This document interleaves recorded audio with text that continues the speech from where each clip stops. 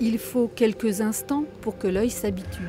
Le spectateur se retrouve alors plongé dans un univers évoquant les fonds marins. Une large toile de soie ondule au-dessus de sa tête comme la surface d'un océan.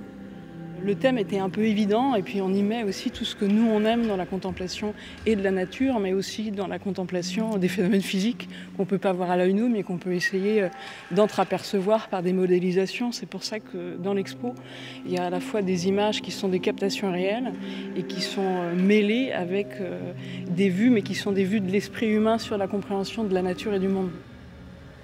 Un voyage vers l'au-delà. Au bout de la nef, le spectateur émerge dans une atmosphère plus céleste. Jusqu'ici masquée, l'architecture de la collégiale se devine. Le collectif angevin Lucie L'Homme a utilisé le chœur pour évoquer l'élévation. En effet, l'espèce d'envolée céleste et divine qui est traditionnellement rattachée à l'idée du chœur dans l'architecture. Et là, on a évidemment utilisé dans cet esprit-là aussi pour emmener le public vers le haut, vers cette idée de céleste aussi, les étoiles, le cosmos. Le nom de l'exposition Profondeur évoque la mer, le ciel, mais aussi la plongée intérieure que ces images peuvent susciter. La mise en scène a été voulue pour inviter chacun à la réflexion et la rêverie.